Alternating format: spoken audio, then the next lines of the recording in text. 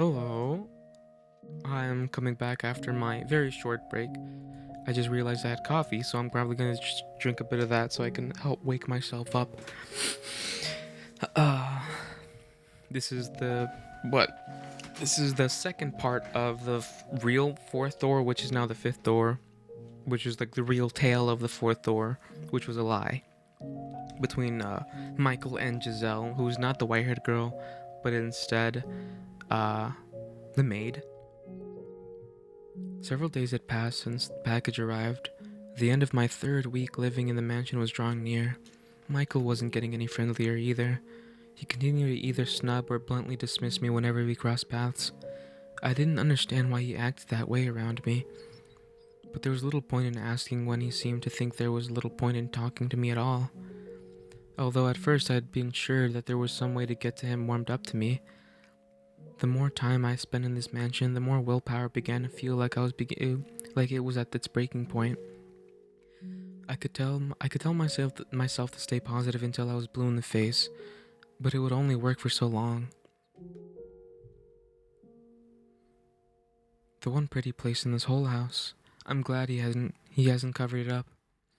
Blue moonlight shone quietly through the stained glass window, vainly illuminating some of the room. I hadn't noticed until now, but the room with the stained glass window appeared to be modeled after a chapel, not a church. Rows of pews faced the window, below which sat what used to be a pulpit. There's a very there was very little left of it though, and an awkward length of silver was mounted to the pulpit's front face, what I assumed was formerly a cross. Upon further reflection, rather than facing the window, the pews seemed to be pointed at the pulpit, or perhaps the cross hanging on it. I wasn't sure that there would be a chapel in the man. I wasn't sure why there would be a chapel in a mansion, but I had no one to ask about it. For a house of this size, a statue of Christ or the Virgin Mary seemed more appropriate. It was very well made chapel at any rate. It was a very well made chapel at any rate. I doubted Michael had it built for himself. There would be no reason for him to cover the window if that were the case. Nor had I ever seen him come to pray. He hadn't seemed like one. He hadn't seemed like one to believe in God. God. I'm not sure even if God really existed, then surely the world would be a much more pleasant place, peaceful place. No unfair disparities in money or power, no senseless misfortune. I certainly wouldn't have found myself here either, but God was evidently quite fond of giving mankind trials, so he probably would tell me at a straight face that this was one too. Or perhaps we simply had a false impression of him, and he didn't actually give us anything. He merely sat back and watched from somewhere far, far away. It wasn't his job to bring peace to the world or ensure our laws were fair. That was all mankind's responsibility. What is God? What are angels? I have no idea. Maybe the Bible has answers. Why should I pray to someone so far away? How do I know my prayer is even getting there? But still, it's not like I have any other options.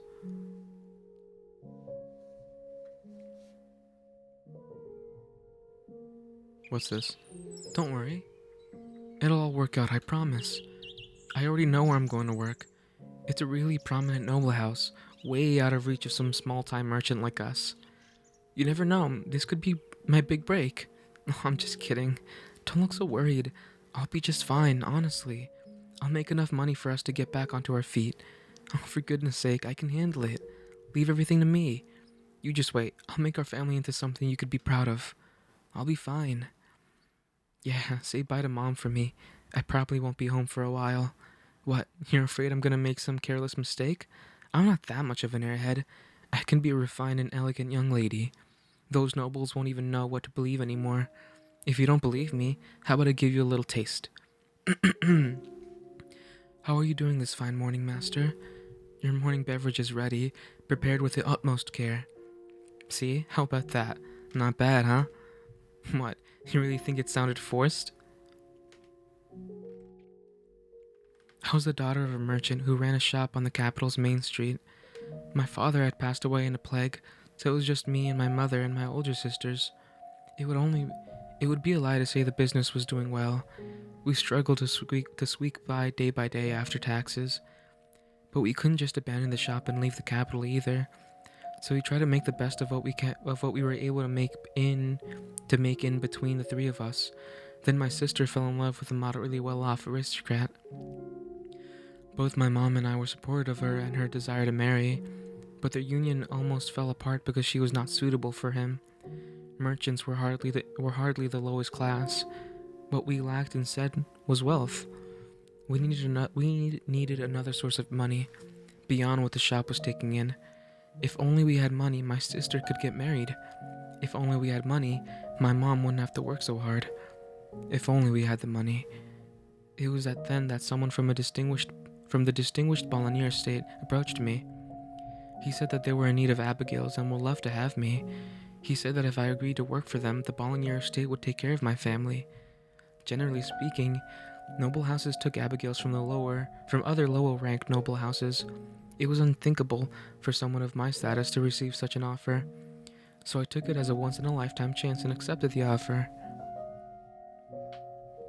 I just pray that nothing bad happens to my sister and that Mom is getting enough money to live comfortably. That's all I can do. Their nobility, they have plenty of money, enough to spare some. The line shining through the stained glass window began to grow murky, fading into blackness. It felt like a message from on high that no, my prayer would not be answered. The bluish-white illumination shining down upon me disappeared as the clouds blocked the moon. Oh, come on. You don't even want to look at a solid woman like me? Oh, for heaven's sake. I never asked to end up like this.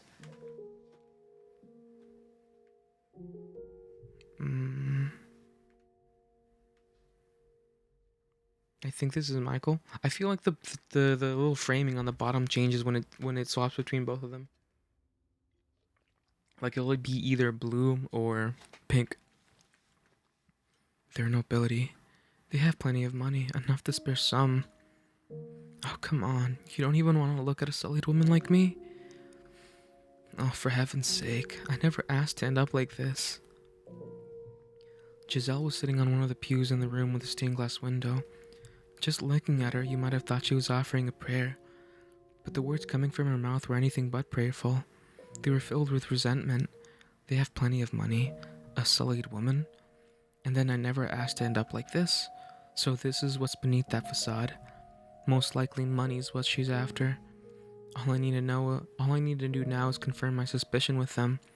Just what awful secrets will I uncover? I gave Giselle, sitting in the pew with her head dropped off, a cursory glance before leaving the chapel. I had somewhere else to be.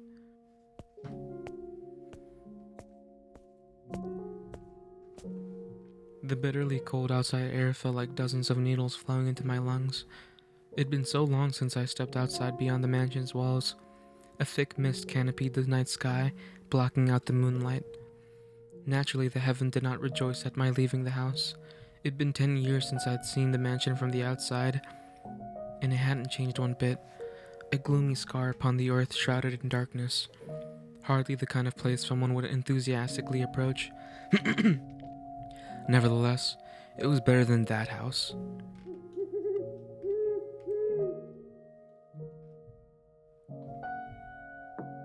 Yes? Who is it? Michael. What? Michael Bollinger? Bollinger? Just one moment. I'll be right there. Come in. It's a humble abode, but make yourself at home. I don't know who this person is, so I'm just doing this voice. Is it a guy or a girl? I don't know. Man. Oh, okay. It's a man. Wow, I must say this is rather unexpected. Just one word and I would have been up there in a heartbeat. And how was I supposed to do that? I am regrettably fresh out of carrier pigeons. Right, yes. My apologies. This man, living in a small cottage not far from the mansion, had been hired by the Bollinger's family. Oh, it's Bollinger. His job to watch over me. That said, we never actually interacted. He was tasked with keeping track of whether I was still alive and whether I remained in that mansion. The monthly package from my family was delivered to him, which he then passed on to me. It was It was insipidly convoluted, but it was indicative how much they wanted to avoid anyone learning about me. Well, what can I do for you? The manservant was visibly rattled, afraid too, but not because of the difference in our social ranks. I had a pretty good idea what he had been told about me. He was afraid of me, or specifically, my curse. People fear that which they cannot comprehend, not just children, adults as well. They fear demons, witches, and curses, anything impure and not of this world. But I had long since gotten used to being viewed as such. It didn't sadden me, it didn't disappoint me, it didn't pain me. Some things were too foolish to concern yourself over, though it certainly doesn't make me feel good either. I was on some level annoyed. That woman's appearance at the mansion had created ripples in my once tranquil life. So before I got into the real reasons for my visit, I decided to take out a bit of my frustration. Razorhead, there's no need to be afraid. I don't know what you've been told, but I promise I don't bite. How rude of me. You're right, my sincerest apologies. Your job is to keep watch over me. If the mere sight of me has you trembling, what will you do? What will you do if I try to run? I would have little trouble escaping. That would be quite unfortunate. But would I ever tell your mother? I'm not sure that would end well at all. You could lose everything you've been paid so far. In fact, you might be lucky to get out with your life. Surely your mother would not. You are aware of who you're dealing with, right? Michael, the cursed youngest son of the Bollinger family, who made a pact with the devil. I don't need a blade to take your life. You wouldn't even make it back to report anything. Have mercy, Lord Michael. Please do not leave the mansion. Please spare me. Only joking. What? I don't have the power to kill by the way of curse. The man fell silent, but the look on his face said, You are cursed, though, aren't you? Once someone's got an idea planted in their head, it's nigh impossible to get rid of it. I'm so cursed that anyone can see it, that I need to be locked away in a dark mansion. I am here because I had a question for you, not to warn you that I plan to run away. A question? For me? Yes. Approximately 3 weeks ago, a black-haired woman came to the mansion. Tell me what you know about her. I was told there would be an Abigail coming, but that's all. I don't know anything else about her. I swear that's all I know. I haven't been told anything else. I believe you. I never thought that they would tell you anything. Right. He'd been hired to observe me, but that's all he was, a hired hand. He wouldn't be privy to the Bollinger family's internal affairs. Take this. A letter? I need you to deliver it to my mother. You could have just left it in the box from the month's package, and I would have collected it and then dropped it off at the next one. I'm in urgent need of information. Will you do this for me? Yes, why absolutely. I'll fetch the delivery boy tomorrow morning. Much appreciated. Good night. You too. Do take care.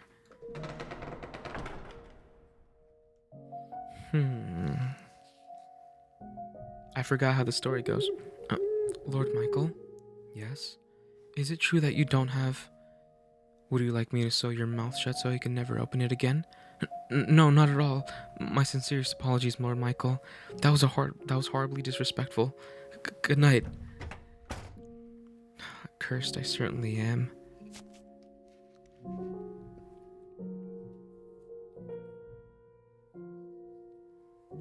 I forgot how this story goes. My mother's response arrived just 10 days later. The delivery boy must have pushed his horse quite hard. It was almost exactly a month after Giselle had moved in.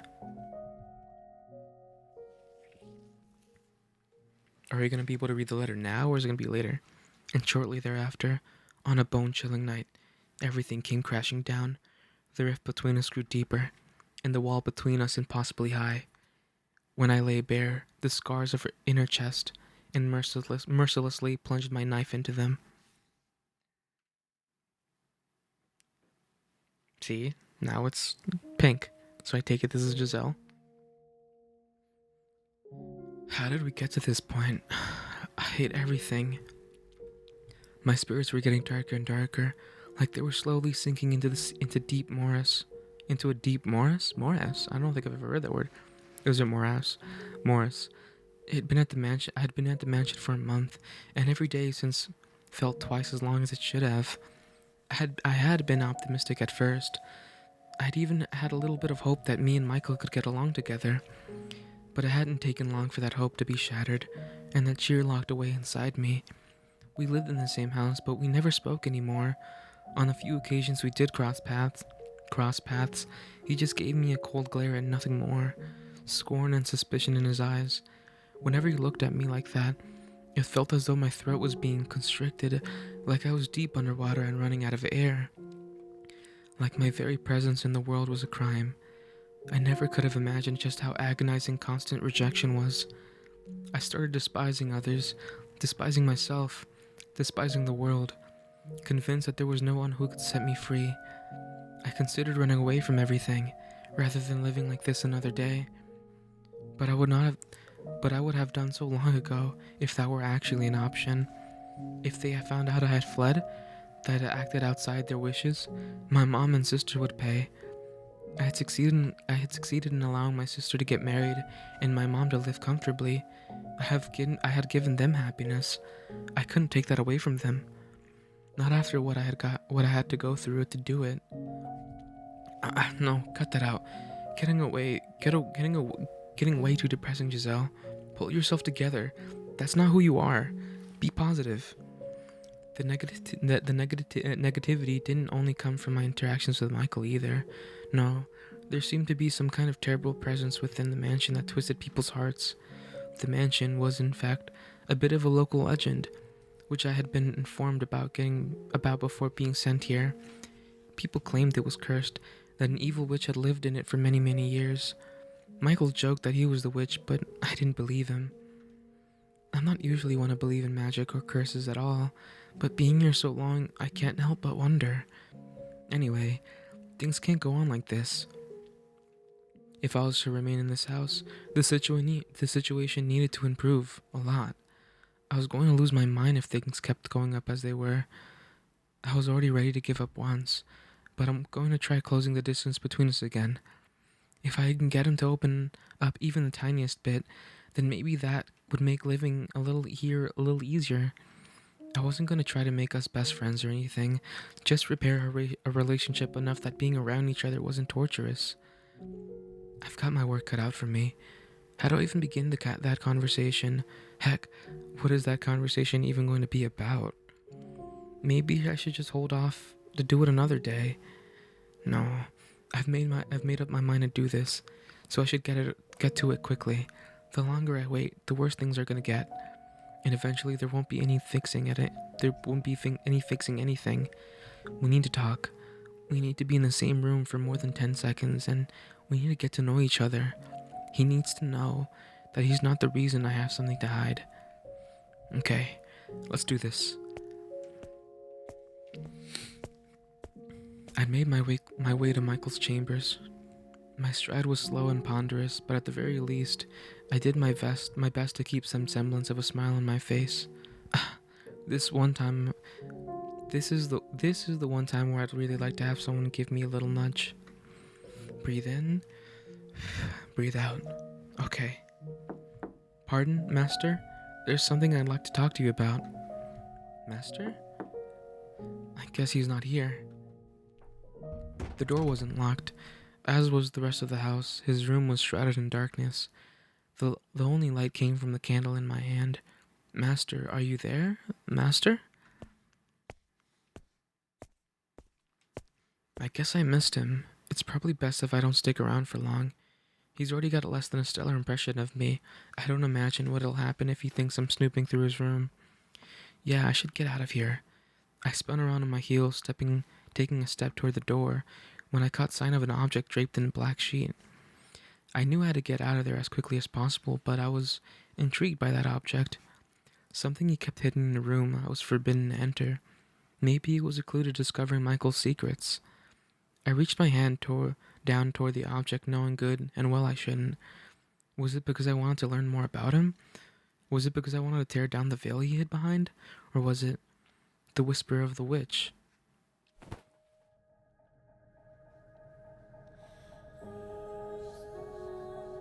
What do we have here? I pulled off the sheet, revealing a framed painting of what appeared to be a noble woman with a porcelain white skin. What stood out about her, though, was that the woman's hair was pale as her skin, and then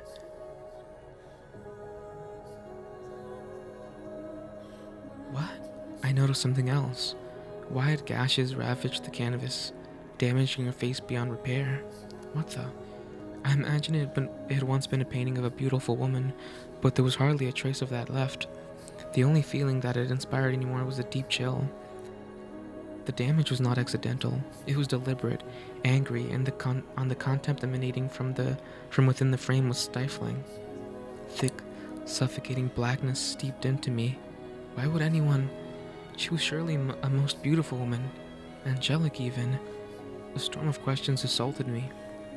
Who was she? Why had her face been carved up?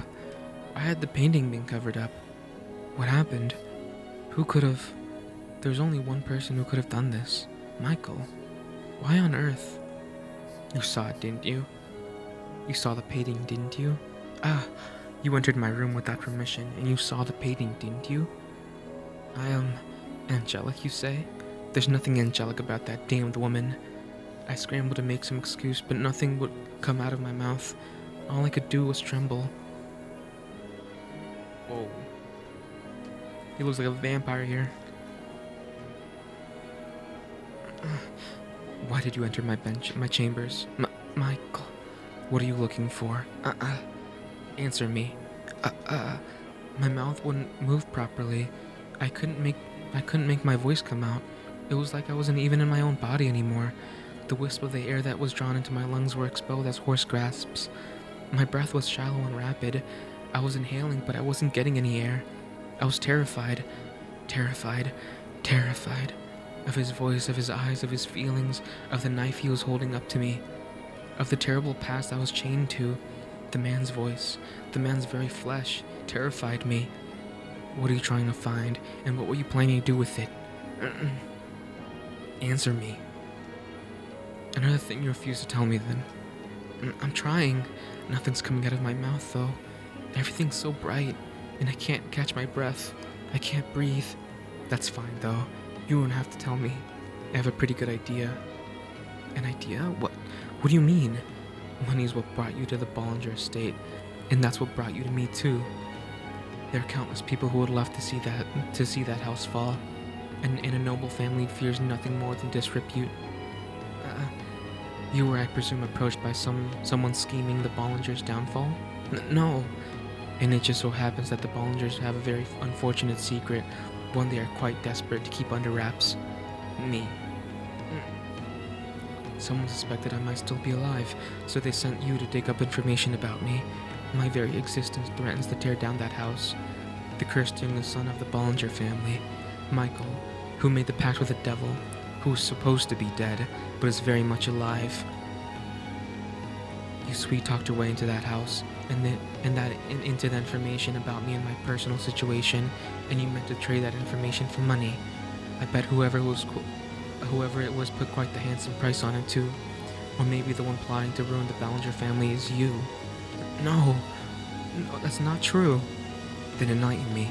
Please, hear me out. I didn't know anything about you. I wasn't sniffing around or trying to bring you any harm.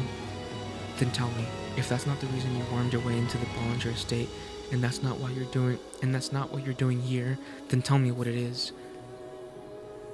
Tell me why you came to this mansion. You want me to tell you about that? No way, that's asking way too much. Tell me. I swear I haven't done anything wrong to you. I simply wanted to make our life together a little bit more comfortable. To bring some warmth into this frigid relationship we have. That's the only reason I wanted to find out more about you. I assume you are... I must assume I'm right then, Giselle. I must tell him he's wrong. I must tell him I mean him no harm. But I can't say anything. A merchant's daughter became an Abigail at a noble house? Could you come up with a more oblivious lie? Obvious lie? Your father's the one who... Wait, how does he know that I'm from a merchant family? You look perplexed. I may be imprisoned in this house, not free to move about as I please, but I have my ways. I know everything. Everything? Then he knows about that too? Oh yes, I do know. Please, don't. In your quest for money, don't say it. You slept with my father. In that moment, Michael plunged his knife into my heart.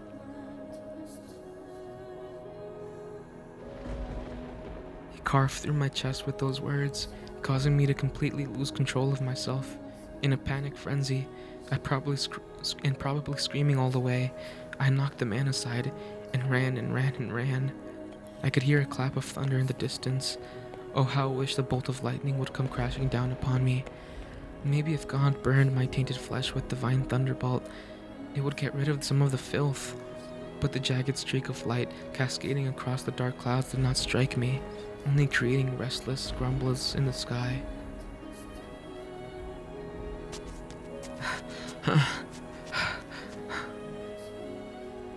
Why? I knew that if I fled that mansion, I would likely be causing trouble for my mom and sister, but I was helpless to stop myself. All I could do was run from all that threatened me with no regard for the consequences. Before long, a small droplet of rain began falling, which soon grew heavy enough to penetrate the forest canopy and reach the ground where I stood. The downpour drowned out my tears and my cries, because I had rushed from the mansion without even putting on a cloak. Each cold winter droplet stung bitterly against my flesh, but the bite of the rain was like a warm embrace compared to what I'd been through before. Michael had spoken the truth.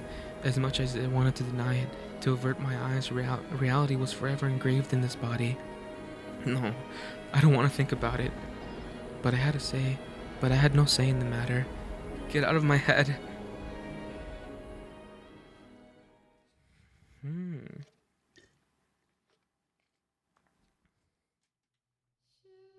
Come over here, Giselle. Okay, may I ask why you asked me here so late at night, master? Oh, I just wanted to have a little chat. Care for some wine? Come closer, I'll pour you a glass. I had this wine imported from up north. They use very hard water, and like it rather tart, so it leaves quite the lasting impression on your tongue. And yet it goes down so easily. You just can't seem to stop. What do you say? Have a sip. Or does your expertise as a trader allow you to evaluate a wine's quality without tasting it? No, but please, Giselle, don't trample all over my good graces. Very well then, I'll have a sip, master, but no more. Have you ever considered growing out your hair? Having long hair made it difficult to do my job. You're not a merchant anymore, though. You deserve to look like a woman, like the woman you truly are. I have no doubt longer hair would accentuate your natural beauty. It's a gorgeous shade of black, so deep a man could get lost in it for years. It would contrast the color of your skin fabulously. Highlight your eyes, your cheekbones, your nape, your shoulders, and your chest. Oh, I should get going. Oh, but we're not done talking yet. I would not want lack of sleep to interfere with my ability to work tomorrow. Thank you very much for the wine. It was No need to be so cold-hearted now. From the moment I first laid eyes on you, Master, that's enough fooling around for one night. Now, don't be afraid. I wouldn't do anything to hurt you. I simply want to express my love. Let go of me. I only came here to work, nothing more. The first time I saw you, I thought it would be a tragic waste to leave you wither away working at some little street-side shop. Stop. You can't tell me you didn't know a merchant girl had no place in a house like this, even as a servant. There's only one reason you would be allowed here. No, I swear it never even crossed my mind. It would seem you're even more innocent than you look then.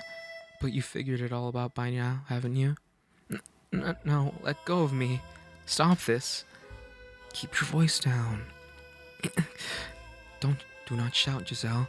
If anyone were to find out about this, You would be the one shouldering the consequences, not me.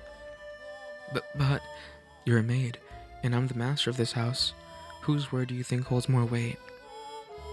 Don't worry, I won't do anything to hurt you. I promise your family will be exceptionally taken care of.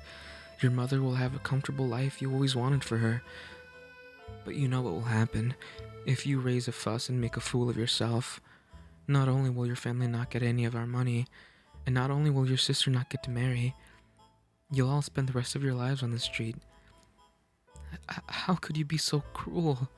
This is blackmail. Blackmail? For a merchant's daughter, you do know much about the trade, do you? Then let me give you a little lesson about market value. The goods you're after, Giselle, are not cheap. Understand? Now, let me see that beautiful body of yours. Jesus Christ. He was an older man, so I didn't expect him to be very strong, but I couldn't break free of his grip, and I found myself entirely at his mercy. Beneath the gaudy outfit lay a hungry beast, and I was seeing the creature's true colors for the first time that day. The aging man ran his disgusting slobbery tongue across my exposed skin. Everything he placed his hands upon withered away. Every piece of flesh he pressed his lips against putrefied, rotted, decayed, rankled. I trembled in revulsion at which the man laughed, seemingly interpreting it as something else. I wondered what kind of place hell was. If hell's warden was only flayed and carved their prisoners, I would have preferred that instead. I would have rather been sliced into tiny little chunks and cast into hellfire. I would have chosen eternal torment over being touched by this man another second. I didn't get to choose my hell. Eventually the man forced open the gates I had been holding fast and spread his festering death inside me. Listen to me, Giselle. It is in both our best interest to keep this between the two of us. If you can do that, I'll continue to do good by you and your family. And don't look at me like that, please. I'm thrilled to have you here in this house, Giselle. She has long since lost her mind, after all. It's torture just being in the same room. And my sons, they hardly ever come home. But you, Giselle, you give color to my dull life. You make it exciting once again. Now go back to your room. I'll be waiting here at the same time next week. Jesus Christ. I couldn't escape from that man's grasp, not when he used my family against me. Some weeks, I would just not go to his chambers, my one feeble means of resistance. But when I did that, he would send another Abigail to come find me the next day. I couldn't ignore his summons when he got other people involved. And then when the two of us were alone, the mask would come off, and he would discipline me for not showing up before taking care of his usual business. On good days, he would leave bruises in inconspicuous places, my abdomen, my inner thighs. But he went as far as carving a word into my skin with a knife. Harlot. That's why I was afraid of knives. That's why I was afraid of men shouting. I wasn't even sure what to regret anymore. I was in far too deep. There was no turning back the clock. I even considered taking my own life on more than one occasion. But every time the thought crossed my mind, happy memories came with it. But when it was just the three of us girls, back then when it was just the three of us girls in the shop, life may not have been easy, but it was never dull either. I didn't want to end my life, and its absolute lowest point. I wanted if just temporarily, to go back to the way things were back then. That objective was the only thing that allowed me to keep going. When I was in his presence, I tried to convince myself that I was merely an object. I had no emotions, so he couldn't hurt me. I was merely a vessel, a construct of flesh and bones. His hands couldn't reach my heart, for it was not connected to my body. Doing that made it a little easier to bear, but the reality was that it was impossible to completely sever my heart from my body. What, lady? You're Giselle, aren't you? One day, the mistress of the estate stopped me in the halls. She had supposedly once been quite beautiful, but now she was only haggard and bony. Her skin dry, her eyes sunken, her hair faded and stripped of its luster. Her head her cracked lips barely moving as she spoke.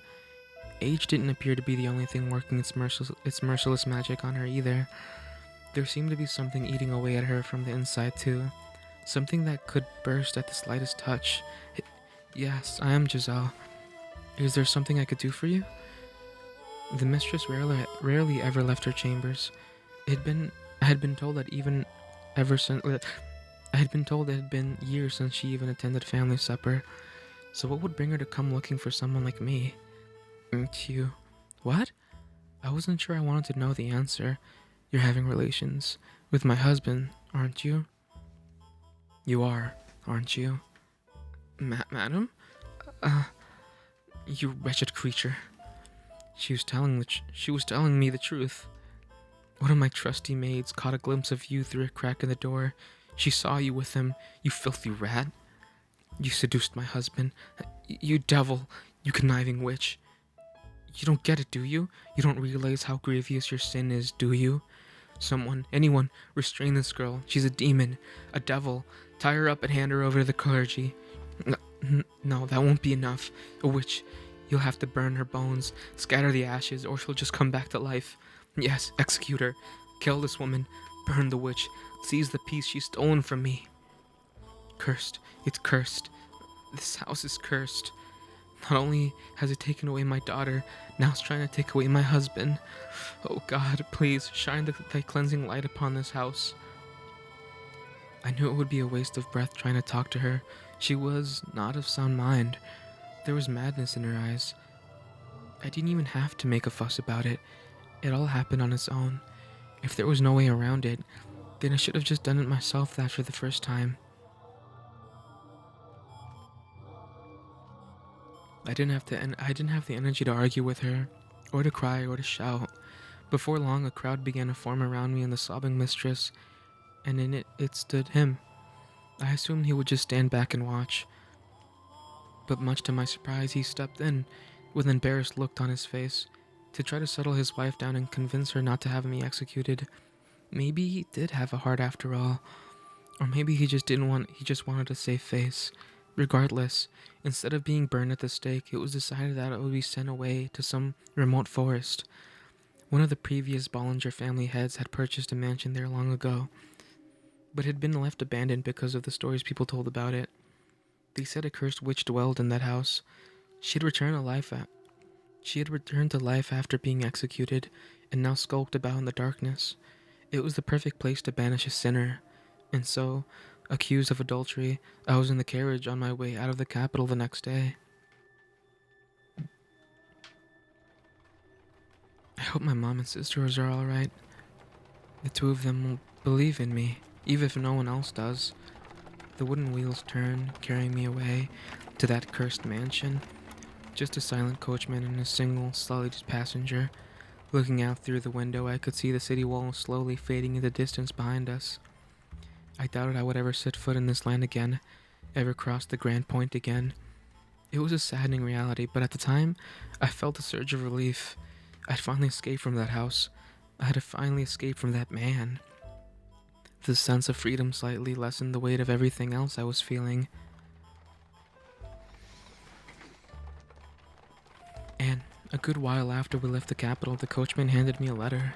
On the sheet of parchment was a rather startling revelation. There was someone else staying, already living at the house where I was to reside, the Bollinger's youngest child.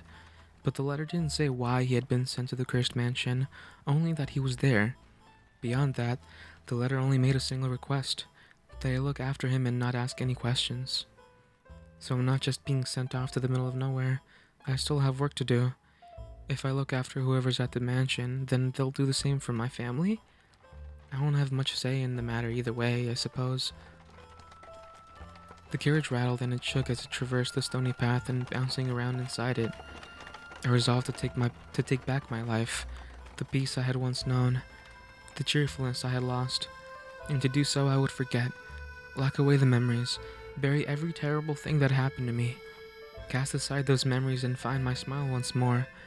I have no idea who I am gonna find there, but they can't possibly do anything worse to me. I'll greet them with a smile and do my best to build up a decent relationship with them. I figured since the both of us had been banished to the same cursed mansion, there would probably be other things we had in common. And so, I would forget it all and get back my life, get my smile back.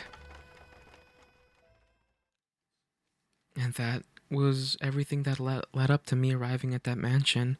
All the wounds I never wanted to open again. I didn't want to think about that. I've been trying so hard to forget about it.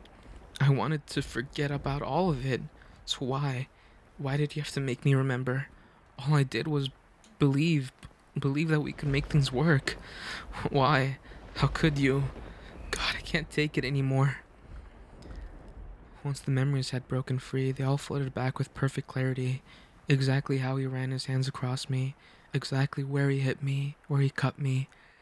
Like I was going through it again, this very moment. The rain was cooling me down on the outside, but so much nauseating heat had built up in my gut. I vomited all over the ground.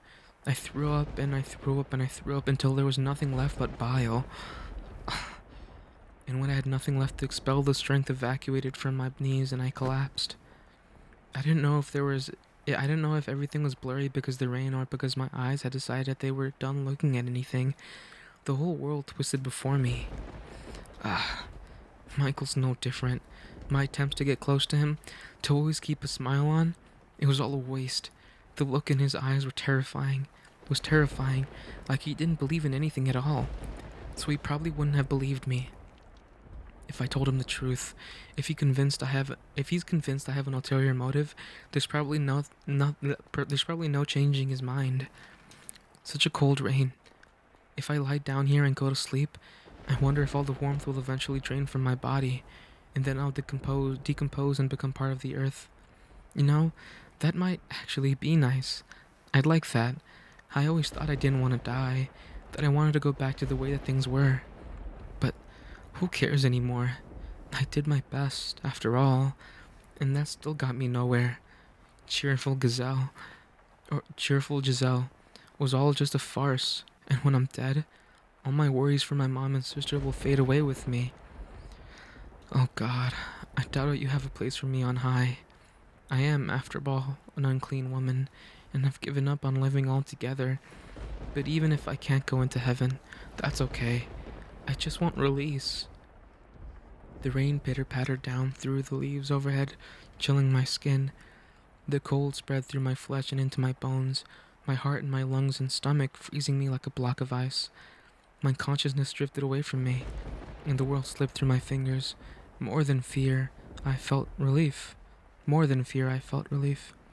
Utter black, and that, I was sure, was the end of me.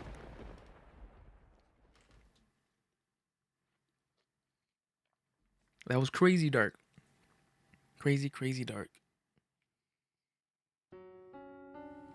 And that, I was sure, was the end of me.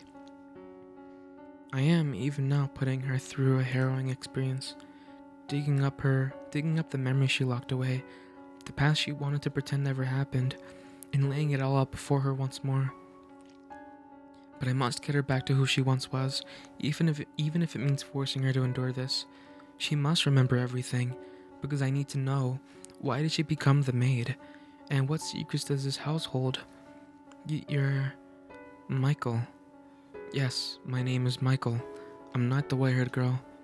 The person you were searching for was the man who once hurt you deeply. Me. Why? What was her why referring to? Why I hurt her, or why I'm here? Or perhaps, why I didn't show up until now? Not having an answer for her, I clenched her cold hands in mine. I wonder why her hands this cold that night too. I wonder, were her hands this cold that night too? There's still more that we need to see though, and it's still too soon for me to apologize. When she's gotten everything back, only then can I. Once she's reclaimed herself, that's when I must tell her. Now, let us reopen our past. Our story has only just begun. No matter what we thought or what we desired, no matter what we lost or how much pain we suffered, we must not shut this door.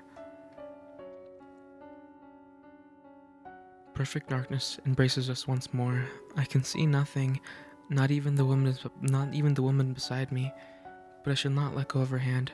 I don't want her to slip away from me. I don't want to lose her.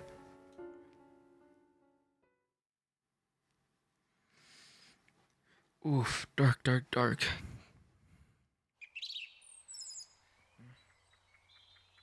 Hey, stay with me. Are you alright? What is this? What's going on? Giselle. Oh, thank goodness you're awake. How's your head? Can you see me? What? You had me scared silly there. I thought I might have lost you for good. I'm really glad you're alive. Where am I?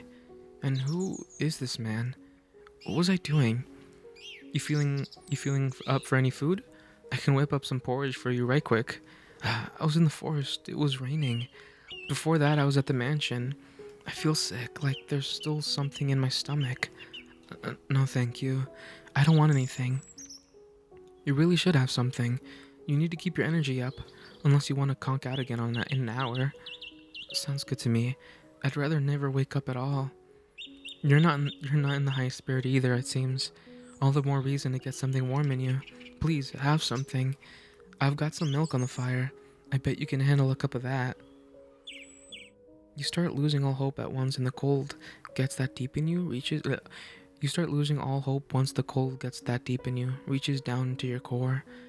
Take me at my word, please, just one sip. You'll feel like a whole new gal.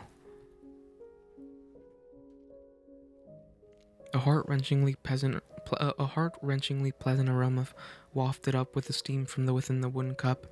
Succumbing to the sweet smell, I lifted the cup to my lips just for one sip, and the warmth that spread through me brought tears to my eyes. Perhaps there really was kindness in the world. A ripple spread across that surface of milk. I heard a gentle sigh coming from the man beside me. After which he said, after which he said with a smile, "You should take it easy for the day." I had lost the willpower to think about anything.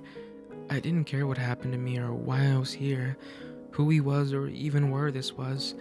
I spent the whole day in bed, just watching the sun slowly slide across the wooden floor. It felt like I was somewhere far, far away. At times, I felt like a lost child, and at times I felt like a sickly old woman on her deathbed. Watching the sun watching the sun travel gave me a renewed awareness of the passage of time, and the fact that each moment that went by was another moment I was alive. I realized then that it had been a while since I had gotten more than a brief glimpse at any sunlight. It almost surprised me at how much colorful the world seemed beneath the sun's light. Something I didn't get much of in that dark mansion. Only after losing something do you realize how much you need it. Warm milk, the light shining through a window, and a bed that smelled like springtime. With those three things, my heart slowly began to defrost, and I started to regain the willpower to stand on my own 2 feet. Thank you for everything. You're sure you're in any shape to be on your feet? Yes, I'm fine. I'm not hurt. You looked pretty beat up to me. But you look a lot better now, and you're talking a lot more clearly than before. You've been very generous, despite having never met me before, and for that you have my deepest gratitude. Without your help, I would no longer be in this world. I don't deserve your thanks. You're alive now because God's guidance made it so. God? I came across you early this morning as I was heading into the forest to hunt. Imagine my surprise seeing a young lady like you on the ground in my path. What were you doing in the forest? Oh, you don't have to tell me that if you'd rather not. Everyone's got their own share of personal problems. You're not going to Man I Talk? I have no reason to force you to do anything. You look like you've been through hell and back. What? I could tell just by looking at you. Now then, do you have anywhere else you can go? Somewhere to go? Of course I don't. I can't go back to the capital or the mansion. If not, then why don't you stay here? Here? Sure, it's a small village. We're self-sufficient and we all help each other out. No tax-hungry lord, no tax-hungry lord knows that we built a place up either, so we keep everything we make. We're pretty remote as a result, and the harvest isn't fantastic, but I'm sure you'll find it comfortable here. The rest of the villagers will be glad to have you. What do you say? Sorry, Mom.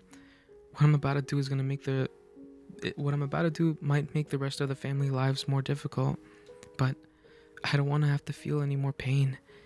If I really wouldn't be inconveniencing you, if it's really okay, then yes, I would like to stay here. That's great. I was loath to send you back to where you were in your current condition. I haven't introduced myself yet, have I? The name's Amity. Just one lowly villager of many. I'm Giselle. Giselle, that's a beautiful name. If I'm not mistaken, there should be a vacant house. Clean it up and you can call it home. I couldn't possibly ask for that. I doubt others would like if I just took a house for myself. That shouldn't be an issue. I'm the village's representative, more or less. Representative like a chief? Only a name though. As I mentioned, we're not on any lord's map, so I don't have much representing to do. The only reason I ended up in charge was because I'm a bit more educated than anyone else. It was a long time ago, but I understudied with a priest. Because of that, I'm familiar with the Bible's teachings, so rather than a chief, the people of the village look at me more like a priest. Wouldn't be much fun if the church found out about that. They're liable to think I'm acting unordained. Then you believe in God? That's quite the question. Of course God exists. He's always watching over us. That's why you survived, because he protected you. I understand that your faith can waver when you're going through times of tribulation, but those are the times when it's most important to keep your sight of who you are. Right. Now, you get some rest. Tomorrow I'll show you around the village. Thank you. I truly mean it. I really sincerely appreciate everything. Don't mention it, Giselle. This is your village now too, so you don't need to act like strangers anymore.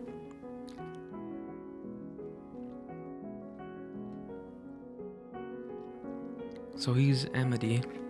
He seems like a nice man. Maybe here I can live peacefully. It'll be alright, I'm sure. Yeah, I wasn't silly enough to believe my life would be perfect, but I found a tiny fragment of my lost hope. While I had once been ready to give up on absolutely everything, I was starting to feel like I might be able to smile again, eventually.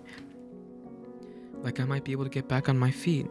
And in order to do that, I had to cast aside my past once more. Forget everything that had happened at the Bollinger estate and everything that had happened at the mansion. Forget about Michael. There was only one niggling curiosity, though, that I couldn't shake something he had said before I left. My very existence threatens to tear down that house. The cursed youngest son of the Bollinger family, Michael, who made a pact with the devil, who is supposed to be dead but is very much alive. What had he meant by that? Why would people think he was dead? No, I don't care about Michael one bit. Forget it. Forget everything.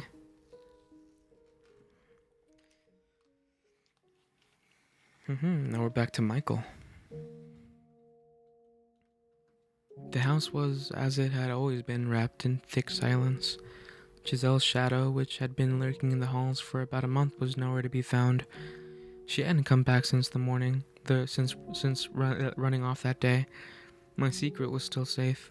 Her efforts had, in the end, all been for naught. Back to the way things were. But despite my mind telling me that was for the best, I felt a kind of guilt seething in the back of my chest, and any attempt to figure out why had only made me feel worse. But the look on her face then. Please hear me out. I didn't know anything about you.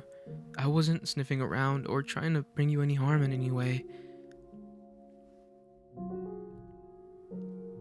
Was that really her just putting on an act because I revealed her scheming?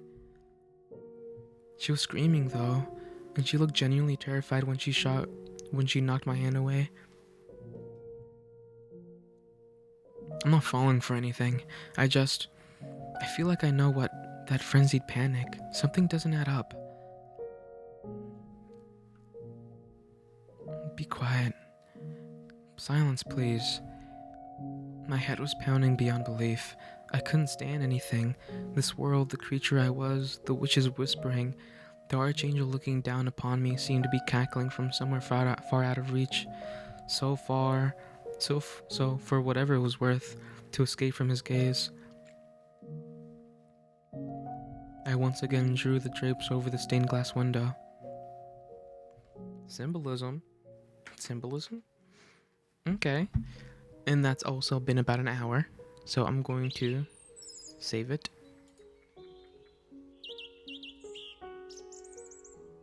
That was, oh my god. This story got dark as shit. Okay. I'll leave it there. I'm going to walk around and probably give another hour of recording after this, but I'm just going to stop this one and walk around.